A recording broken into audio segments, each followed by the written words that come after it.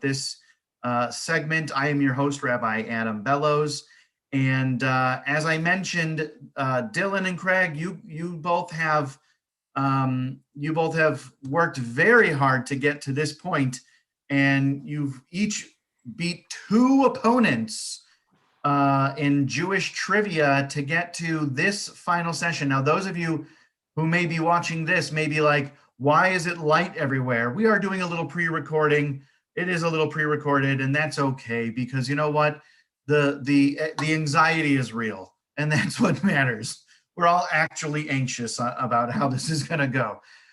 So because it's been a while, let's have each of you just kind of introduce yourselves again. I know this is the third time you've done this.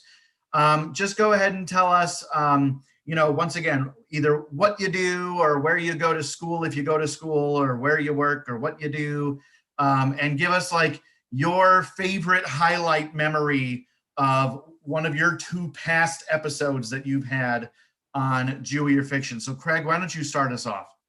Hi, I'm Craig Bleyer. I'm the third generation member of United Hebrew through my wife, Diane. I'm a VP of sales for Cognito. We're an education simulation company around social emotional learning. And I have three children, oldest Brandon, Brandon, Alec, and Elizabeth. And my favorite moment in Jewie or Fiction, definitely probably winning the second.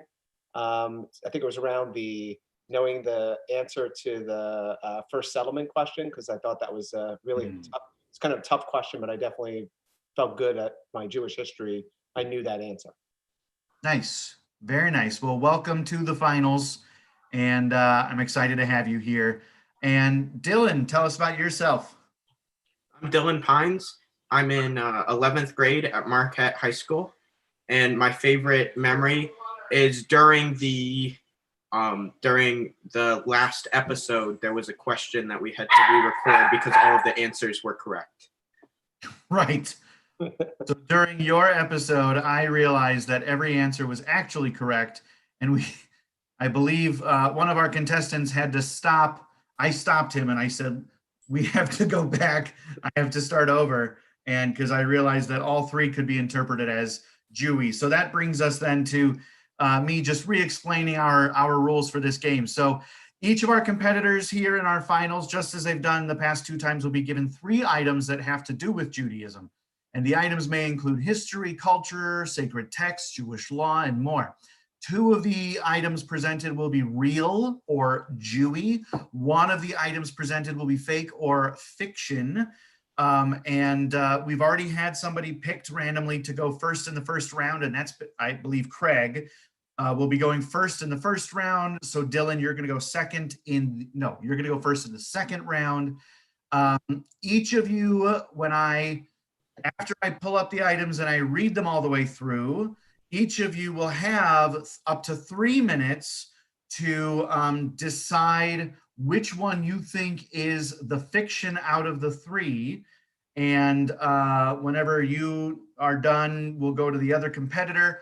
We're going to have 2 rounds of 3 items each. If there is a tie at the end of our 2 rounds, it will all come down to the tiebreaker round. And I guarantee, just like I have the past couple of times, it will be a tie-breaking round. And so, like I said, Craig, you have been randomly chosen to go first. So I'm going to go ahead and share my screen. And hopefully it's not going to show any answers before we're ready. We have the screen, we can see it. Okay, good. So you can see it says Jewie or Fiction Finals, and there's no items yet, right? Correct. Okay, so that's the important part. Okay, so let me pull up my timer here. All right, so here we go for round 1. Are we ready? You're ready. Here we go. Good luck, Dylan. Jewie or Fiction round 1.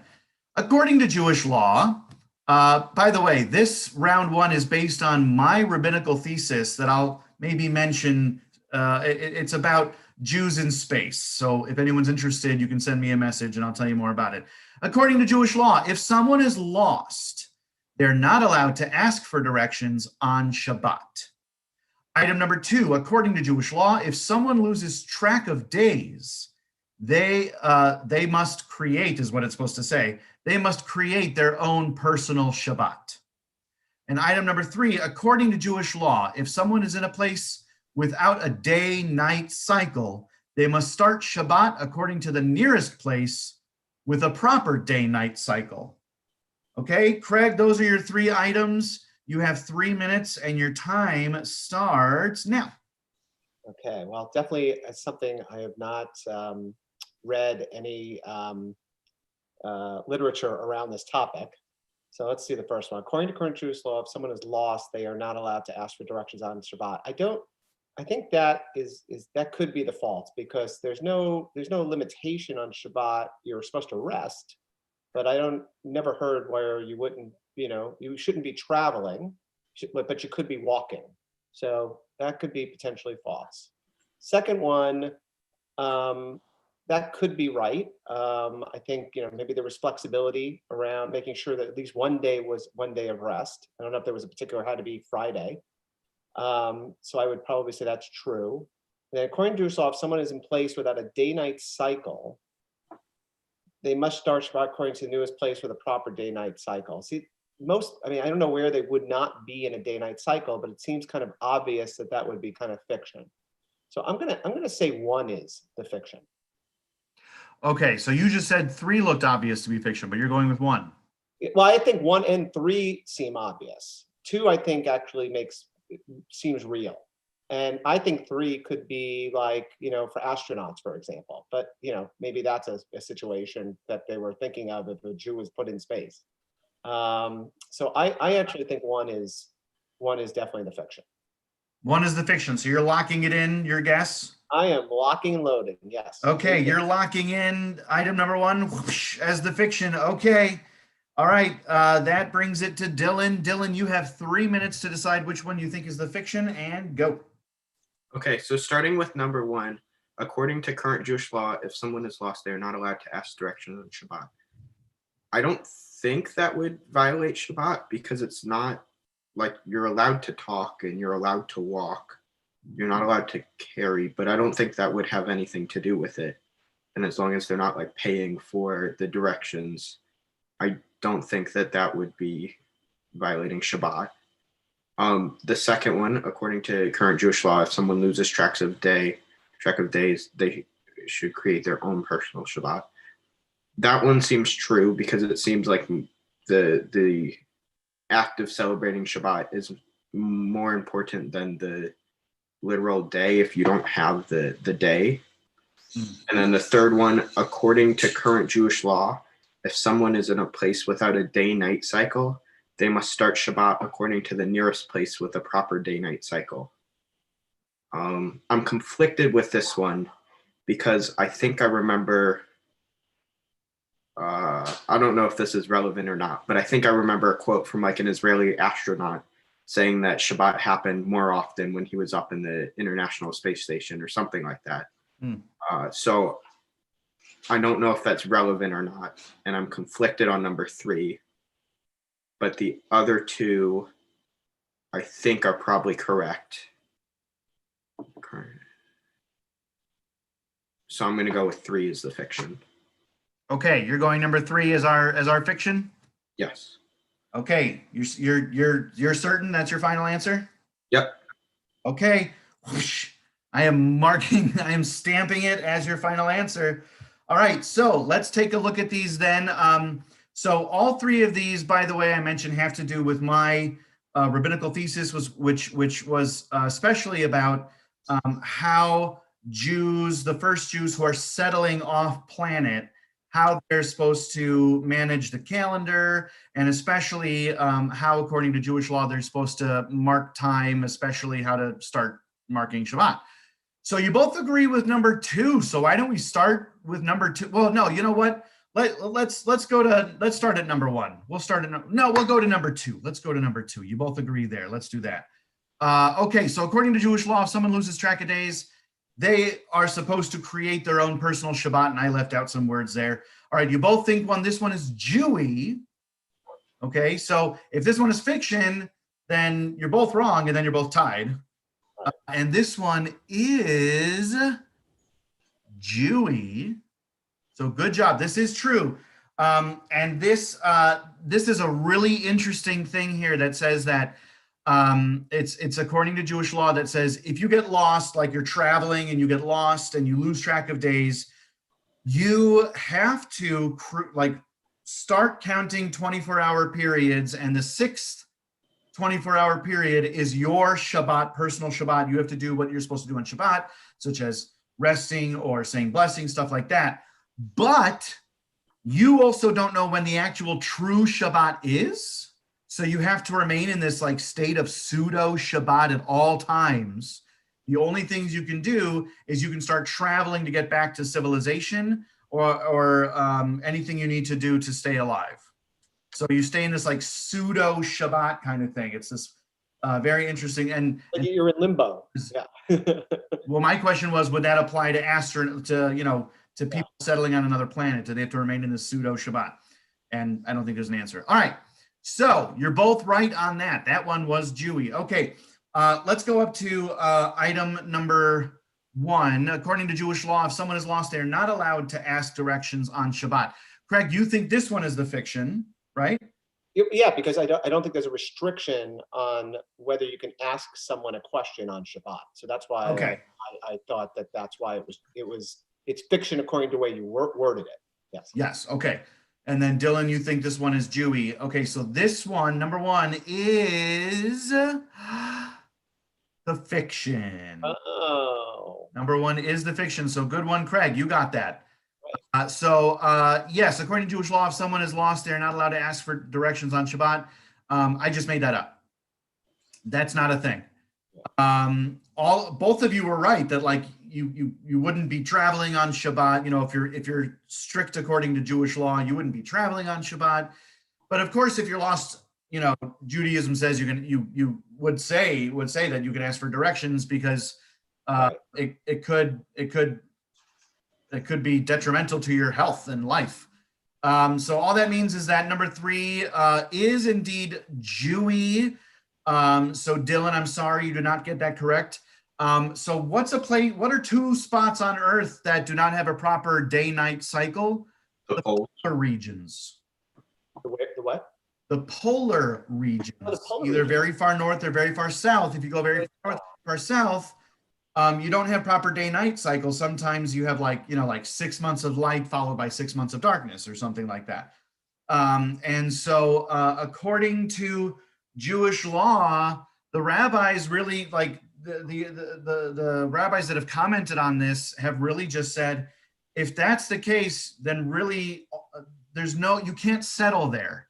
So really all you need to do is just get up and go back to a place that has a proper daytime, nighttime cycle. But you also, if you're there, you have to start Shabbat according to the nearest place that's like, if you're up in the north, then the closest but southern place where it has a proper daytime, nighttime cycle of, you would go off of their time. And so that also influences for astronauts. I think, Dylan, you said you heard this one according to an astronaut, right? Yeah. So that comes up with like astronauts. And of course, the question is, if you have people off world who are going to be settling, is it where on Earth, what are they basing their time on? So this is still all up in the air. So Dylan, when you go to rabbinical school, you can continue this in your rabbinical thesis, okay? All right.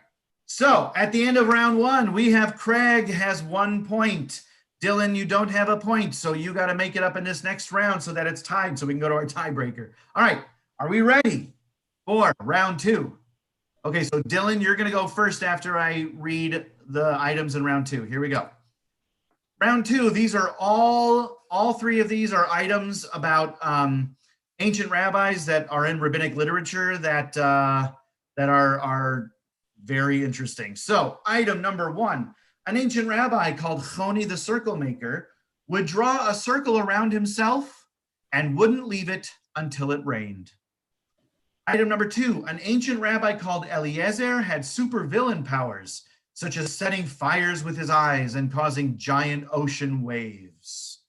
And item number 3, An ancient rabbi called Plony ben Plony would only lean on his left side while eating because his right hand was used to do unclean things. So, Dylan, you are first. You have up to 3 minutes to decide which one you think is the fiction, and your time starts now. Okay. So on the last one, I got it wrong because I didn't realize the wording. So I'm going to double check my wording on this one. That's An ancient rabbi called Honi the circle maker would draw a circle around himself and wouldn't leave until it rained. An ancient rabbi called it. So starting with the third one, I'm not sure, but that doesn't sound right. I don't think that one is, I'm undecided on that one. okay. Lean on his left side while eating because his right side was used to do unclean things. Okay. Because his right hand was used to do unclean. Right hand was used to do unclean things. I don't think that one is true necessarily because like there were ways to ritually purify things, and so I think that could be the fiction. An ancient rabbi called Eliezer had supervillain powers such as setting fire with his eyes and causing giant ocean waves. That one sounds crazy as well, and I have no idea. Good. I made it hard for the finals. Yes. And then the first one, I am 100% certain that, wait, I'm not sure on the third one as well. They all sound rather outlandish. All right, well, you still have 1 minute to decide. Yeah, that's the thing, but yeah. Okay, so I think that the first one is correct. I remember reading about Honi the circle maker, and yeah, I'm fairly certain that one's correct. Because yeah, there's a, okay. And then We have 40 seconds left. so between the second and the third,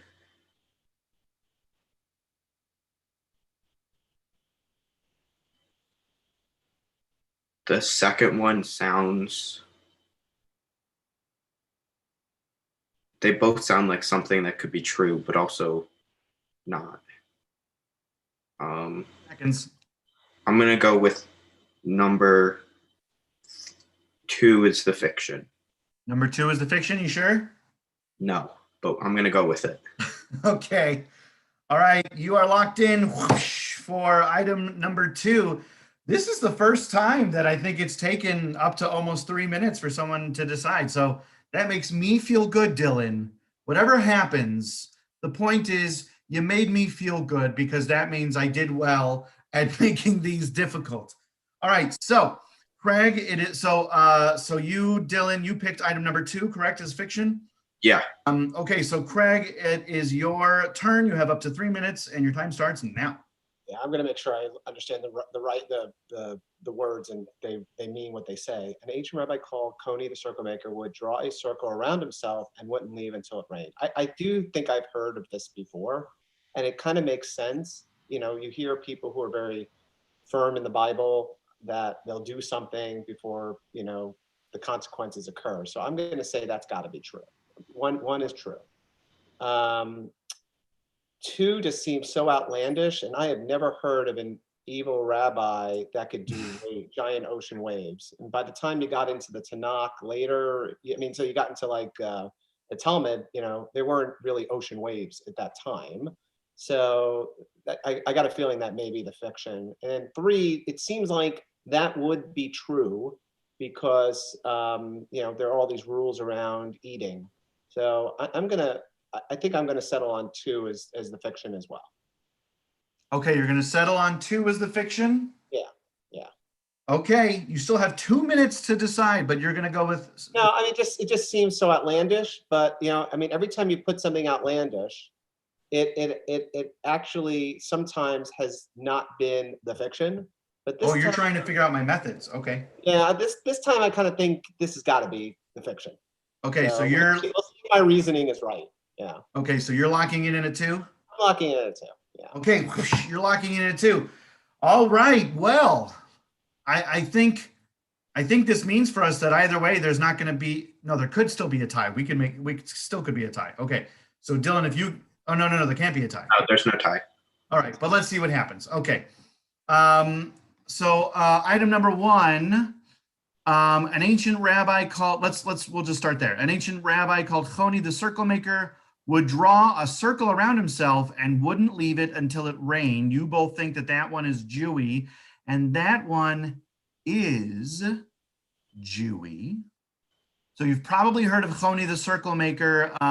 He usually comes up in this famous rabbinic story about he's walking past as somebody is planting a carob tree, and he says, why would you be, you wouldn't be able to enjoy the carob fruit for like years and years and years. Why would you be doing that? And then the person says, well, I was born into this world and my ancestors brought trees and plants for me, and so I'm planting for the future. Now, Choni the circle maker was especially useful during droughts. And in lots of cultures, you have people like this that are kind of like prophets that come about when there's a drought. And so what he would do is if there's a drought, he would mark a circle around himself and he would sit there and stay there and he would not leave until it rained. So when was Coney around? What was his time? What was the time that Coney was living? I think around like 2,000 years at least. Yeah. I mean, I don't know. I know that he comes up in Gemara in the rabbinic literature, like in Talmud. So that's like about 1,500 years ago, a little bit more than that. I would bet he goes pretty far back though, if he's doing stuff like that. I mean, that's pretty like shamanistic, which did exist in our ancient Israelite societies, it would seem. So yeah, okay. Let's go to item number 2. You both say that this one is the fiction, right? Am I correct on that? Okay, so number 2, an ancient rabbi called Eliezer had supervillain powers such as setting fires with his eyes and causing giant ocean waves.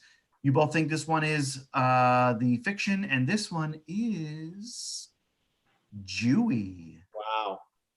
This one is Jewie. And what happens with him is that there's somebody else that this happens to also, who everywhere they looked, things turned to fire. But Eliezer was somebody who all the other rabbis would not agree with his Jewish law rulings, and he's listed in the Gemara as then like starting to set things on fire with his eyes, and then he prays for the death of this other rabbi, and as he's praying, it says that there's this giant wave, and then Eliezer's wife interrupts his prayers and says, what are you doing? Don't do that. And then the wave stops. So yeah, he goes on this like revenge tirade. If anyone's interested, I can point you to where that is. So all that means that item number 3 is the fiction. Believe it or not, Plony ben Plony just means so-and-so, son of so-and-so. So literally anytime you're like looking in the Talmud or anything, if you see the name Plony or Plony ben Plony, it just means like so-and-so. It doesn't mean a real person. This is also, none of you did the calculations because if you're leaning on your left side while you're eating, it should be because you're doing unclean things with your left hand. And so you're eating with your right hand. So that is a real thing in our Jewish tradition, especially during a Passover Seder. The reason we lean to the left, because a long time ago, people would do unclean things, which involved bathroom things. They would use their left hand for that. And so you would eat with your right hand. So to make sure that you don't eat with your left hand, you would lean on your left and eat with your right. And so he would lean on his left side while eating because his right hand was used to do unclean things. So that's not right because it was his left hand anyway, or it's people's left hands were the one doing the unclean thing. So neither of you got a point in this round. So that still means, though, that we have an actual winner to our first season of Jewie or Fiction. Craig Bleyer, congratulations. You are officially the Jewiest. Mazel tov. Yeah. Mazel tov. You have won 3 different games. Dylan, you have fought hard and you did an amazing job. And I am so proud of you. And I wish you all the best. And, you know, when we do a season 2, both of you can come back and maybe even like guest host or something like that and make your own rounds. That would be nice, right? Well, I have a guest hosting experience from the last Purim show, so I can do that. Oh, that's right. That's right. I remember that. It was Pat Seju. Pat Seju. Yes. So you have won, Craig, this trophy that marks you as the Jewiest. So congratulations. And thank you, both of you, for participating in this this experimental game show that we've put on. And I want to thank everybody who's joined us and followed along for these past episodes. I'm glad we were finally able to do a finals show. It took a while, but we got it and we did it.